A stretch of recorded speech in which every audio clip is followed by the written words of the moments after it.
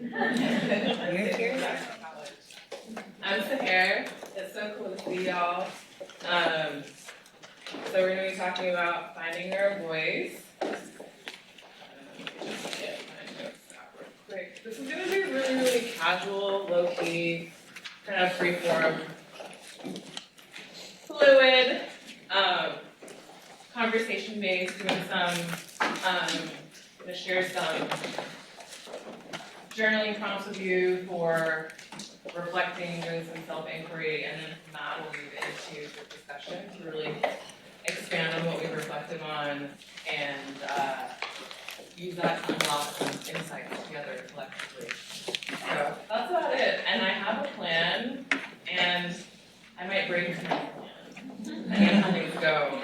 And I feel like even how I've just narrated to you what we're doing today, it feels very, very connected to how I look at voice. To be completely honest, I put this and I put many of my workshops and things together kind of on the fly. I put this together before I got here, and I feel like that is also kind of emblematic of how I look at voice. When you really lock into your voice, it's something that just really should be able to feel like it actually flows out of you because it is you. But before I start getting into my own pontifications, let me just give you like a really brief intro on me, and then we'll get into some things. So for those of you who didn't catch any my bio or anything online, I studied business, interestingly, in undergrad, marketing, and I had a 9-to-5 in email marketing for a few years right out of college, about 15 years ago, and got fired from that job. I hated it, and I took that as a calling to work for myself, which I always wanted to do, and to be a creative. So I went to school in Philly, and I went back to the Bay Area where my family is. That's where I had that job. And then when I got fired, I moved to Brooklyn, and I was there for 10 years and worked as a freelance photographer, writer, and community facilitator. Then the pandemic fired me from that.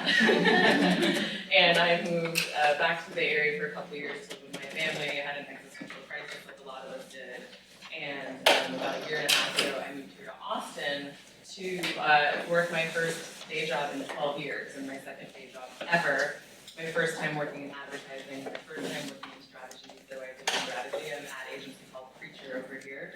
And all of that to say, I have lived a few different work lives, and I'm not done yet.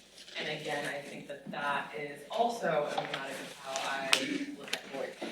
It's, we are not one note, and it's like we are a prism, and it's like you are the source inside of it, and you reflect and refract out in all these multitudinous ways. It isn't a science or a formula. But again, before I get too much into my own thoughts about it, let's just popcorn style. What do folks here think is having a voice? I think it's being able to speak up without really worrying about what other people's gonna say. It's like being authentic. I think even though people have their own individual voices, when others hear that, it cultivates community. And I know that that's like a little bit of a spin, but I think when I hear people speak out about their truths or their passions or perceptions in the world, it helps me want to go out and continue speaking as well. I love that, and I love the spin. Give me all the spin. Okay, what else? Being opinionated. Cool. Where was that? Cool. Yeah. I feel like it's kind of to your point with the using your vulnerability as a way to build connections with others. So like giving a little bit of yourself so that other people feel safe giving some of themselves. Beautiful. I feel like there's a layer of like inner confidence too that you almost have to find within yourself to share your voice, even even in a vulnerable and like unknown state, like for you to be able to speak and share that is a reflection of some form of confidence within you. Yeah, just that. I feel like having a voice is like the inner desire of like expressing the way you walk in this world. And all of us, I feel, every human, I think, has some version of that inner desire to express how they perceive and walk, but how their specific footing is. If that makes any sense. Your inner self manifests. Yes. Love it. Love it. What else? No pressure. All right, we can be done with that part. I love it. It's all true and it's all beautiful. I think folks already have started coalescing towards what I call my perspective and philosophy on voice. So my perspective on voice is more holistic. So for those of you who read the description, Jane was nice enough to write up my description. I was like, I don't know how to explain this or whatever, right? But it's like I like to use like everything as like a construct to reflect upon. So it's like this is called like a visioning exercise. You're gonna learn frameworks and you're gonna learn tools for work and life and personal, right? And it's like, I was like, well, just keep that description and I'm gonna make it work within whatever I end up doing, organically. And it is that. It's like everything that the description said we're doing, but maybe not in the way you'd expect, in the sense that I'm not gonna be like, here is the formula to having your voice. And it's not gonna be like, here's your work voice, and here's your creative voice, and here's your lover voice. It's like, to me, having your voice is having a voice is a holistic thing. It is, your personal voice is the same as your creative voice as far as I'm concerned. So whether at job, home, with your friends, or in your creative practice, your true voice always comes from that one constant center within yourself, is how I see it. My view on voice is also a little bit metaphysical. So if you're familiar with Elizabeth Gilbert's Big Magic, right, where she talks about kind of creativity being this like cloud of sorts, like that's one way to look at it. Or if you've read Rick Rubin's Creative Act, I kind of dabbled in it. He's talking about that kind of stuff too. You hear about this thing about like creativity is us being channeled in a way, right? And each individual is a distinct channel, right? So how my little metaphysical take is that creativity is the action-based process of you being a vessel for your unique vantage or vision of truth, right? That's it. Your voice is you, period. And then it, again, like the prism, refracts out as it needs to, for any given context. You naturally pivot and adapt or whatever, and it doesn't require as much thought. I will say, being in my own process constantly with voice and self and things like that, it can be a fine-tuning of a muscle to, for instance, this is me going on a little bit of a tangent now, but authenticity someone brought up. I've been really big on authenticity my whole life. It's something that comes really natural to me, but what I've realized, it comes so natural to me and I've been so heavily identified with it to a fault at times. I think that the only way to be truly authentic, this is something I'm working through right now. The only way to be truly authentic is to be 100% me, all the time, all of me, everywhere. But the truth is that when you are in your truth and in your voice, you're carrying great power. And not everyone is going to resonate with that power, or not everyone's going to be ready to hear what's in that power if you come at full clip 100% all the time without any discernment, right? So what I'm navigating for myself is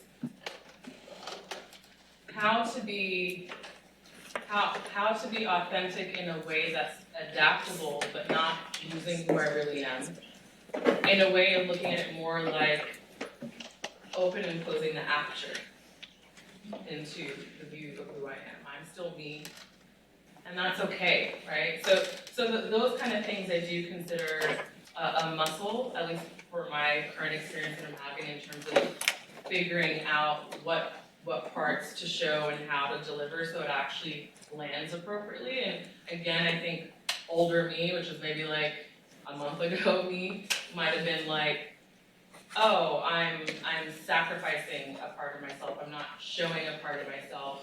But the truth is, if me showing myself in a way that is going to unhealthily, there can be certain kinds of, unhealthily trigger someone. That's not being of service. I do think that there's a such thing as thoughtfully provoking or catalyzing someone, but again, that it requires discernment, right? So part of my personal path is also wanting to be in integrity with everything I do. So if I actually want to be of service with my voice, I need to build the muscle of learning to adapt my voice so it will be received actually by the individual receiving. So that's a little bit of an aside. So once again, a little metaphysical, creativity is the action-based process of you being a vessel for your unique vantage or vision of truth. Also, your voice is not something you need to find, not something you need to discover, not something you need to invent. That might not come to as a surprise based on what we just talked about. Your voice is something that's always been there. You just need to remember it. You just need to uncover it. So there's nothing to figure out. There's no riddle to solve. Finding your voice is about recognizing and reframing what's always been true for you. But it's something, perhaps it might involve something you've missed or taken for granted. You are already that. So the things that already organically make up who we are and what we do without even thinking, that's our magic and that's our voice as far as I'm concerned. So I have several prompts, about 6 of them. Some of them are kind of two-part. So I'm gonna give you some just like top-line tips or thoughts about how I might suggest you approaching your relationship to this inquiry. And then because I didn't bring slides, what I'm gonna do is I'm going to narrate each prompt as a full set. Folks, write it down on your computers or your notebooks. And pick and choose the ones that you want to answer. You can answer them all, you can answer some to greater length, lesser length, and we'll freestyle about how much time we're giving to that, and then once we've done that, we're going to bring it into the room and just talk, and that'll be the most of the rest of the session, unless I spontaneously decide for us to do something else at the end. Okay. All right, so for self-inquiry, my top line suggestions: trust your intuition in this process. If you don't think you have an intuition, just believe you do, pretend you do, treat it like a game. If it feels more comfy and that something like this resonates with you, you can call on your ancestors, your guides, your higher self, the source, divine, the infinite intelligence of the universe, like whatever you need to do. Just like let some other new stuff come in other than maybe like the tapes that have been playing in your mind. Let your personality, your identity, like I said, your stories, ego, fall into the background. Just give them a break. Try something new right now. And just for a short moment, again, just saying the same thing in a different way. Pause any pre-existing notions you have about voice in general, about yourself, and just play. Those are my suggestions as we get into the inquiry. So here are the questions. The first one is, what are the type of topics you always find yourself talking about? What are the type of topics you always find yourself talking about? The follow-up to this question is, do any of these also trace back themes to interest in your younger years or childhood? Do any of these also trace back themes to interest in your younger years or childhood? That's the first question.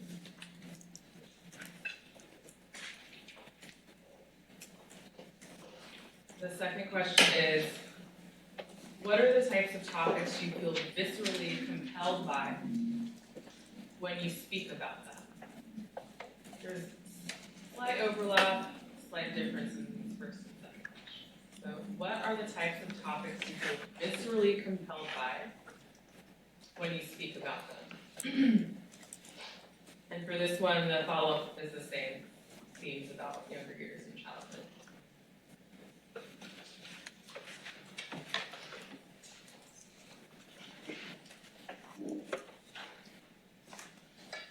The third question, what are the top 3 things you, not social media, your friends or family, feel like the world should know? Feel like the world really should know.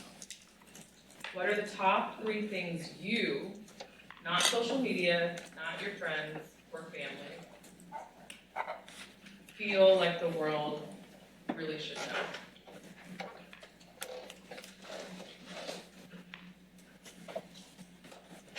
Number 3. Number 4 is, inside your most courageous heart, without thinking about what you perceive as your limitations, constructs, or realities, what message must you leave the world with before you die?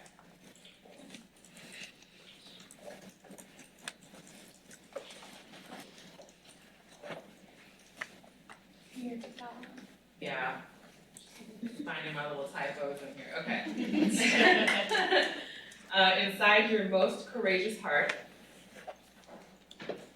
without thinking about what you perceive as your limitations, constructs, or realities, what message must you leave with the world before you die?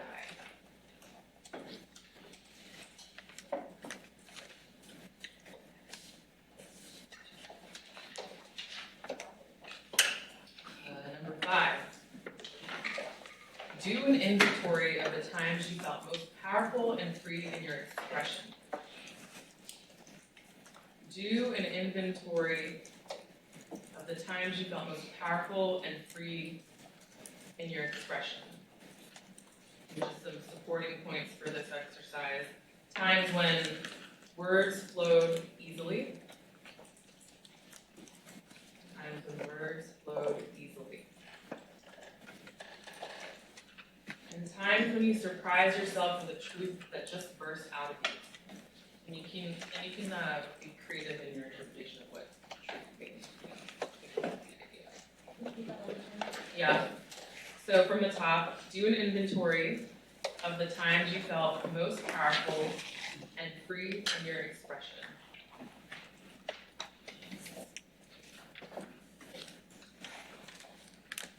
Times when words flowed easily.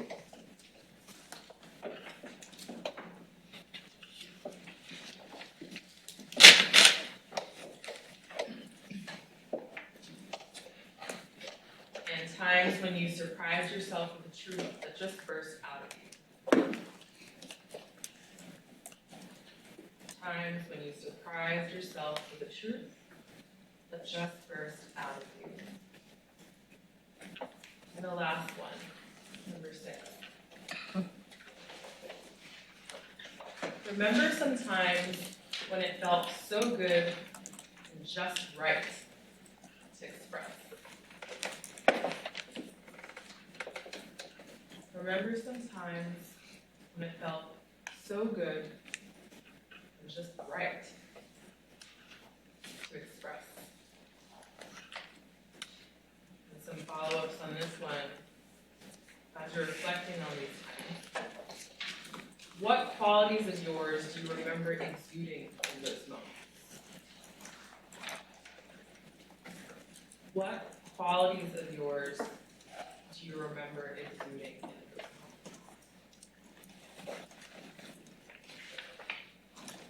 Meaning in those times where it felt so good and so right to express, how were you? What were you doing? What version of yourself were you doing? What were the qualities that you kind of happening for you? And then the last follow-up on this one is, make a list of how you remember feeling when you expressed like this.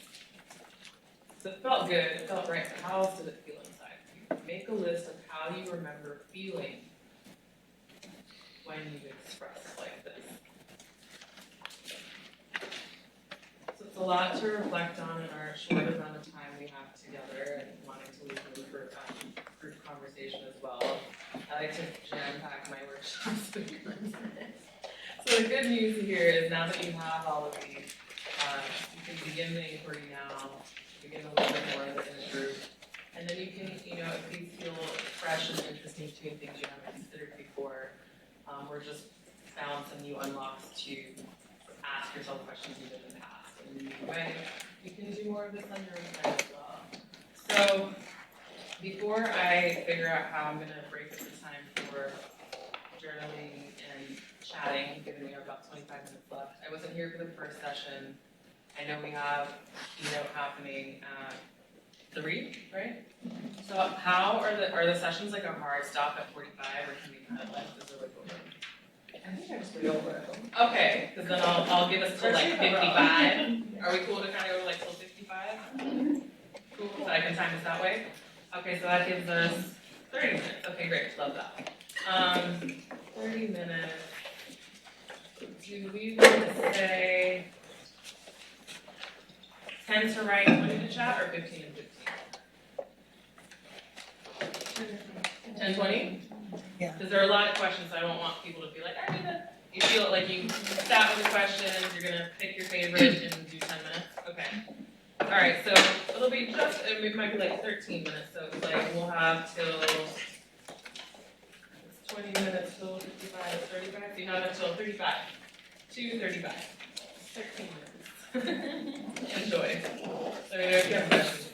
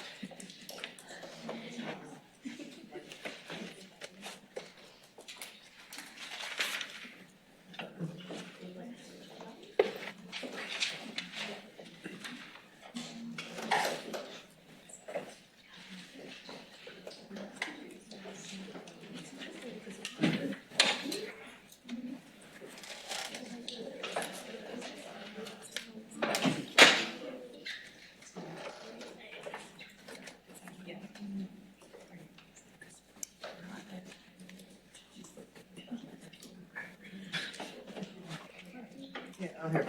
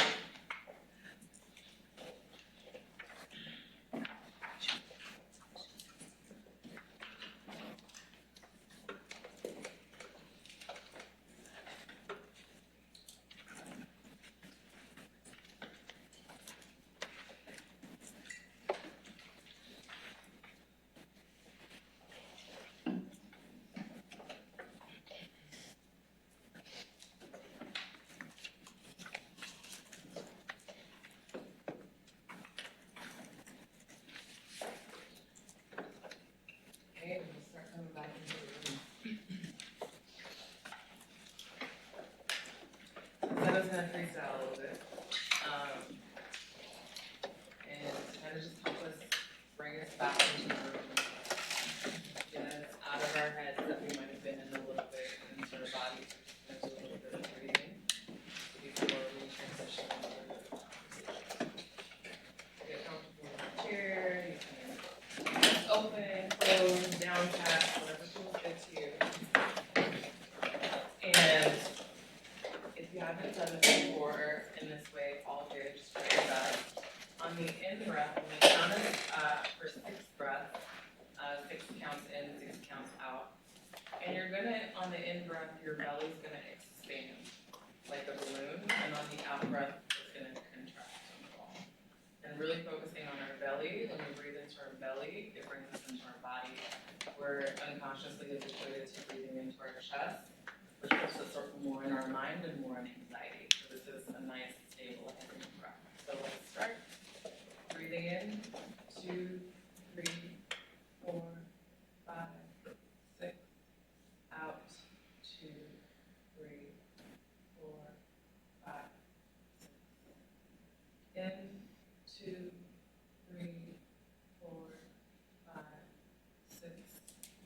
Out, 2, 3, 4, 5, 6. In, 2, 3, 4, 5, 6. Out, 2, 3, 4, 5, 6. In, 2, 3, 4, 5, 6. Out, 2, 3, 4, 5, 6. In, 2, 3, 4, 5, 6. Out, 2, 3, 4, 5, 6. Last one in, 2, 3, 4, 5, 6.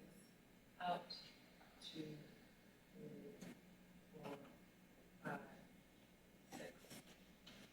Relaxing your breathing however feels good for you.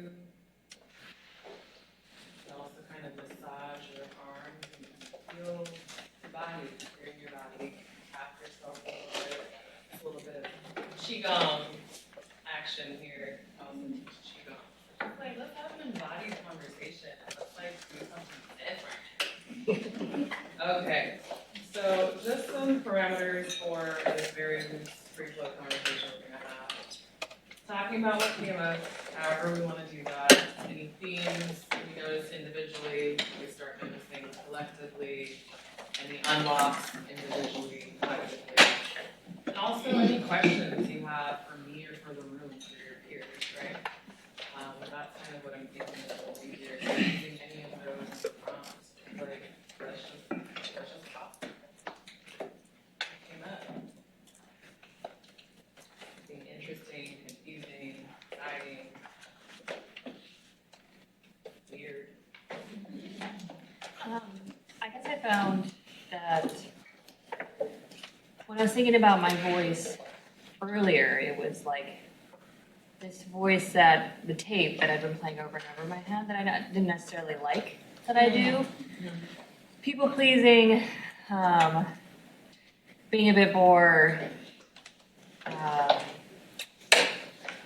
meeker. And then when I was thinking of it from like shedding that and all the things I like, don't like, and seeing, like seeking out those themes of what I actually like internally like really think about, it was completely different and it was really cool. That's so beautiful. Yeah, thanks. I love that. I think that's such a poignant observation that probably makes people feel like our voice is the tape in our head. That critical voice, self-talk, all that shit. What an important distinction to make. Thank you. Also, just wanted to call out to the room. I know that there can be a tendency that when there is a clearly delineated facilitator space that people are talking to the facilitator, I want to be part of the conversation with you, but feel free to talk to each other too. So what was your name? Haley. Haley. Yeah, let's also do this thing like before folks talk, just say your name and then say the thing. And let's just talk to each other too, and I'll help you going. So yeah. if anyone wants to respond to Haley or has anything to say, so.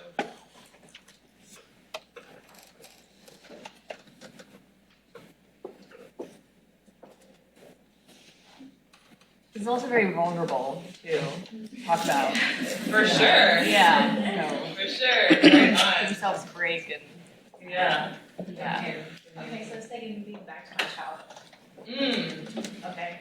That's why I get this vision every time I'm over the years of this memory I have, and I think that for that, it brings me back to like, okay, it's like they say, like, you wanna make your childhood proud of you, you are now, I think it's the same, and I think I understand that, because I have this memory to my parents, and I'm like voicing my demands, I have like a poster, like, this is why I should have my own room. This is like 2 years older, younger than me, like, I think, and I have to post everything, like, where's that girl? Like, I want to have that voice of demand, like, what I want. So that's what brought me, that's what those questions kind of brought me back to those childhood. Yeah. I love that. Iris, sorry. Thank you. My name's Iris. Yeah. Iris, just to respond to that, I thought the same thing, like, as a child, I was super bossy and sure of myself, Yeah. and over time, it kind of like wears on you, where like, oh, you're supposed to be this way, you have to be this and that to be like respected. It's like those life happens. Yeah. Over the years, what brought us to like slowly share our voices a little bit, do you think? And so Absolutely. I don't know. But Yeah. Yeah. figuring that out. Definitely. Same. So it goes back to something someone else was sharing earlier about your voice having this inherent sense of confidence, right? Of like having agency, right? Such a feeling a sense of agency so tied to our sense of voice. My name is Brandy. I'm kind of piggyback off of what people have said because, like, childhood really stuck out for me too. I thought about, so I grew up in a family of 7 kids, so there was never a lack of voices. But I was always the type to, no was never good enough for me. If it was a no, I would give suggestions of why it should be a yes. Like, well, we could do these things and then turn it into a yes. And so as I was thinking about, the things I find myself talking about now and how that relates to me being a child, I love systems, processes, and efficiencies, making things better. And I feel like I really embodied that as a young kid and everything I did. And now I have maybe like a more narrow road of where that goes. But I think where I'm getting stuck is like, okay, how do I incorporate this assuredness that I had at 10 years old into what I'm doing now? Yeah. Our inner children are so wise and so bad. Can we just be them now instead? Thank you. I'm curious to see if anyone else has like an opposite experience where like I almost didn't physically as a child and like I Yeah. grown into that Yeah, more. important. For like therapy and all of that. Cause yeah, I definitely don't feel like I had that security or bossiness when I was a child. I think like the only thing I might have had was like kindness. But I feel like I've grown into all those other things and just to like see where I was as a child versus like now makes me feel stronger and more powerful. I love that. When you say that, has me think about, because as I was reading out that question, I was thinking about folks who had your experience. Interesting. What was your inner dialogue saying to you though? Not the kind of like the critical voice and that, but like the inner dialogue where it's like sometimes when you don't feel like you have much of a voice in your childhood home, you have this whole inner world that's really rich. Do you think that there's anything interesting that was there that could give you Yeah. some clues? Like I feel like thinking about it, like all of the things I wrote down, I like for sure know about myself because I've had to do that exploration. And so like, I don't know, I think because I've had that like early critique early on in my childhood, like I have it less as an adult almost in a way, which is really nice. There's like, I don't know, like I've done the processing to like justify all of my thoughts and like needs. And I think there's less like unsurety in that. So it's like one thing I'm hearing is like deep self-knowledge might be a part of your voice, right? So it's like you started out the conversation talking about our relationships to voice. We can keep talking about that too, because we can kind of be all over the place. But part of the exercise is also using these touchstones, to figure out what is the nature of my voice, what are the themes, the style of my voice, the topics of my voice, what's my message, what's my way, what's my place, what's my unique vantage point to infinite truth that I'm here to be the vessel for, right? Keep going. I piggyback on what you were just saying. I also, it resonated with me because as a child, I don't feel like I had as much voice as I do or as much self-confidence as I do now as an adult. And I hadn't really thought about it in the way that y'all framed it until this moment, because the part about what are, topics that also, would resonate as a child with you, all of the topics that normally get me very excited are or that I love to talk about are dreams, story, otherworldly stories, dreamscapes, escapism in a way. And it's not surprising that most of the things that I engage in, both literature, media, etc., tend to be of the surrealism kind, etc. But I had never really thought about it in the sense that yes, those are things that even when I was a child I was very much into, but to your point, more than likely because of the fact that there I found more interest, or not even having to think about having a voice or being secure with myself, or etc. And so, yeah, thank you for that. Your name? Oh, sorry, Sophia. Sophia, yours? Noah. Noah, great. No, I would kind of ask, oh, so sorry. Because I feel like similar to what you were saying, we all go through this moment where as we grow up, we lose these aspects of us and we have to find them again, and yours you just kind of naturally found. So I would kind of ask, what helped you keep that confidence as you were figuring out this deep knowledge in yourself? For me, I had to move a lot when I was a child. And so I grew up in Amsterdam and then moved to Texas, and then I'm also mixed, so half Dutch, half African American. And I think there were already so many outside voices telling me that things weren't good enough in the way that I presented or wasn't present. Where it's just at a certain point I had to become that inner voice that told everyone else that what they were telling me was bullshit essentially. And I think because I had to have that confidence, I've made it to where I'm at as an adult. If that makes sense. Yeah. Hi, I'm Sarah. So kind of similar to both of you. I was a military kid, so finding it was the growing into it. A lot of my interests were finding myself because I just kept moving, and so I knew it was art. And so through that interest, I feel over time, I tried to figure out who I was. Now the topics that I'm interested is my community, psychology, just really feeling art got me to express that over time, and then what things make me happy now. Yeah, I don't know if that makes sense. No, for sure, and it's what I'm hearing you say, and surrealism friend, your name? Sophia. Sophia. Ooh, that's my initials. But I hear you both saying, even what came up with you, Noah, it's there is gold and medicine in our challenges, and they often say it, as you might have already gleaned, a big part of my story, my path, my wisdom is just being on this path of constant growth and transformation. And the things that challenge us most in our life, if you've heard of the term wounded healer, right? Really, you can ultimately subvert that to be just the healer, but the concept of the wounded healer is that when you have worked through your wounds and alchemized them into gold, that becomes your healing nectar and medicine that makes you the healer. So you can take that beyond healing constructs and things like that too. So it's your surrealism and fantasy. I love sci-fi and fantasy too. And it's yeah, escapism and that can have negative connotation, but it's also man, you must have a super rich fucking imagination and empathy. You know what I mean? And you must really see people. That's fucking dope. You know what I mean? That's kind of what I'm trying to get with some of these prompts with y'all too. Yeah, and with your art, it's like, that's the thing I did, and that helps me understand the world and myself better, and like, that's amazing. Yeah. I have a question.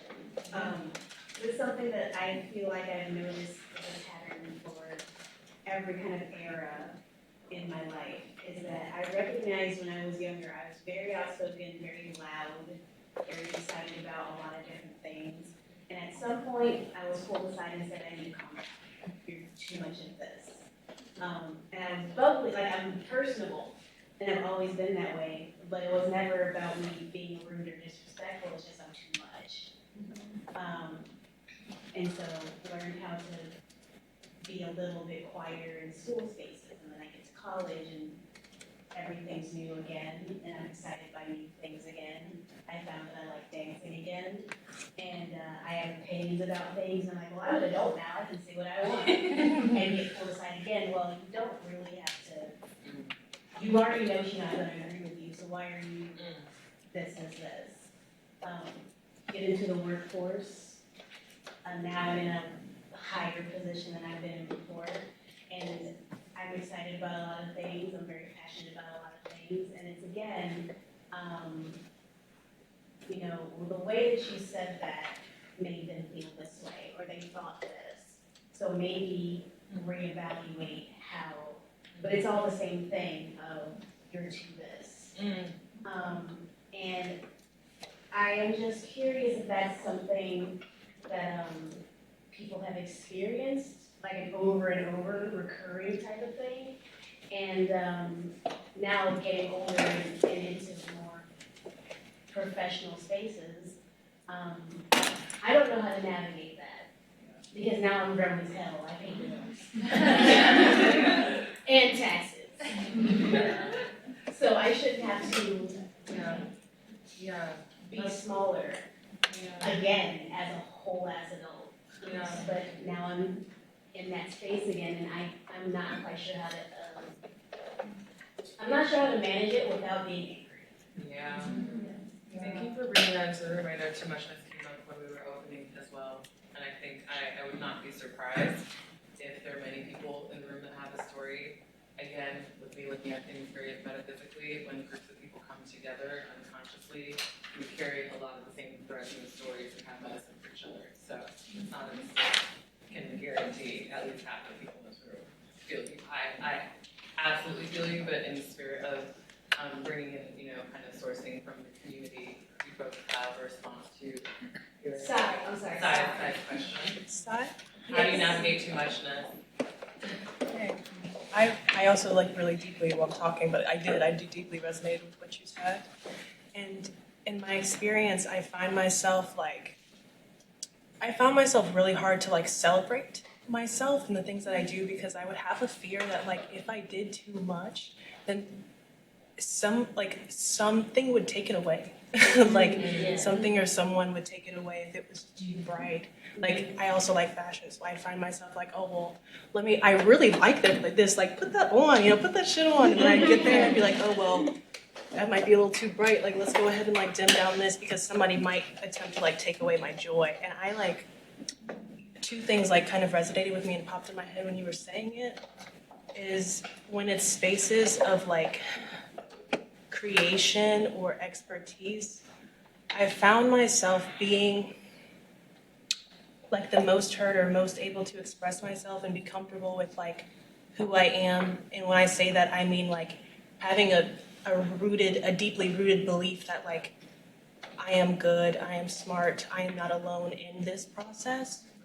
When I understood the work and the challenge that went behind it. So like the only example I can give right now is like, I love making clothes, I love sewing, and I can talk to other people who love sewing. But I can really like connect and see the humanity in other people when they understand that like, yeah, I can like sew, I can say that I made this garment, but like, and sew this straight line. But what if the line was like crooked? So now I have to understand the pain of taking the entire thread out. And that might take like 15 more minutes than it took for the 2 minutes to sew a straight line. Does that make sense? Mm-hmm. So like, I find myself deeply being able to appreciate myself and everyone else within that area when I can understand the shine, but also and embrace like the pain and hard work that went behind it as well. And to others, and and being authentic in that too, because when you're like comfortable in that and understanding like who you are and where you came from, and that you are good at what you do, you are knowledgeable about what you do, and you're not alone in the struggle of what it took to be there.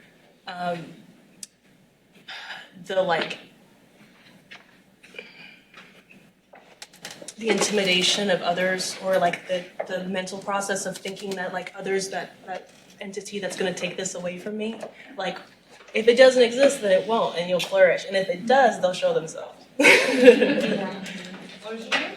Melanie or Mel, either one. Mel, thank you. Yeah, part of what I heard in what you're saying is like, one of the cheat codes can be finding safe haven in the people who just get you what you are.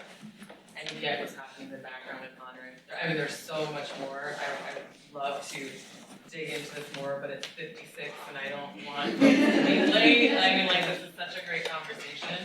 Thank you so much, everybody.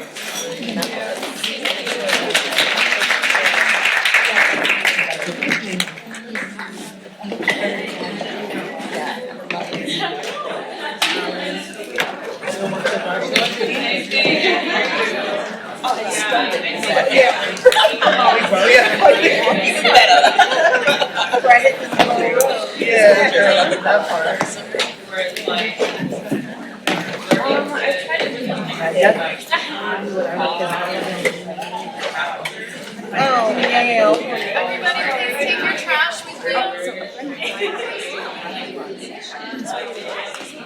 Presentation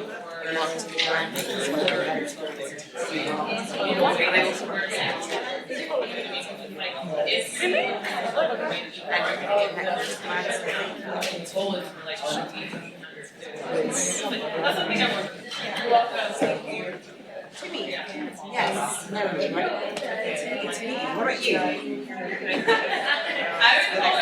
whole life, I very much still related. Like rebranding myself. Yeah. Well, I mean, I think one wisdom that I'm trying to really integrate is that for folks that are really have presences or personalities, I'm working nonprofit right now.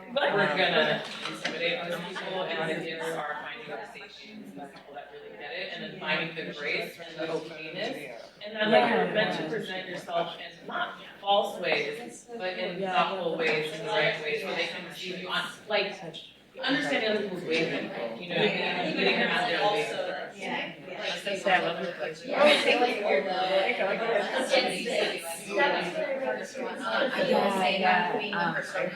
I started with like multiple and Sometimes you don't know who yeah, they now just had, but like we yeah. So we like work with musicians, and so I think it's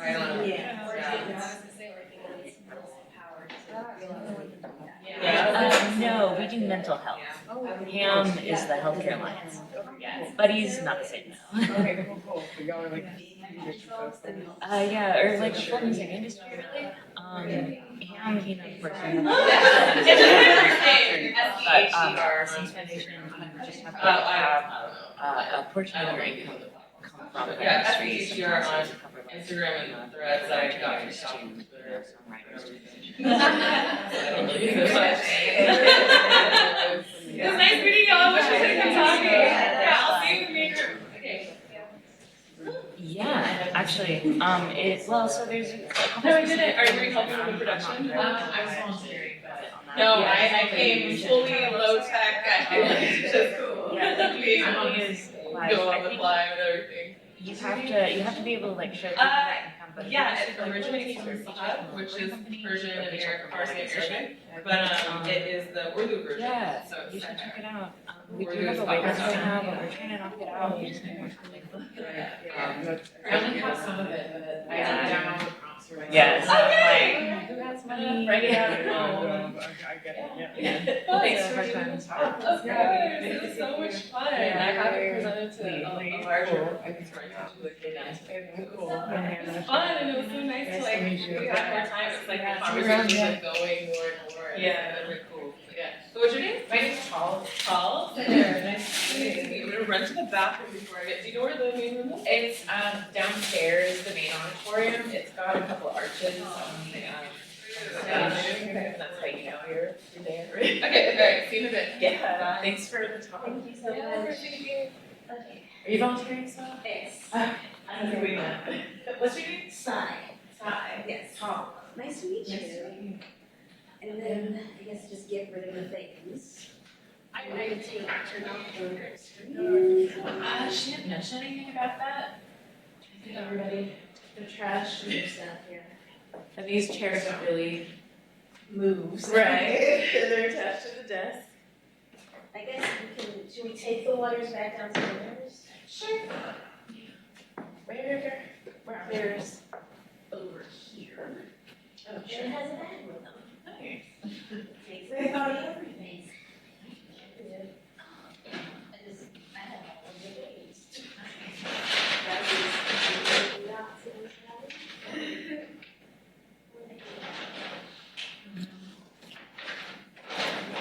I've got a spare.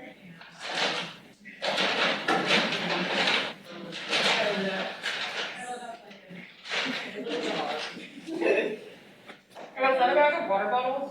Yep, right there. I have more to add to it. Okay. I would just, maybe I shouldn't assume that people clean up after themselves. I'm gonna assume it's fine, but wait.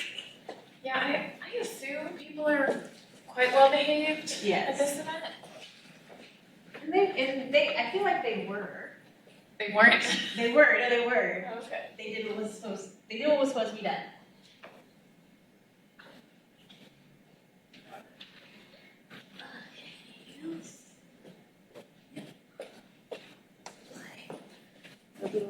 Where did this come from?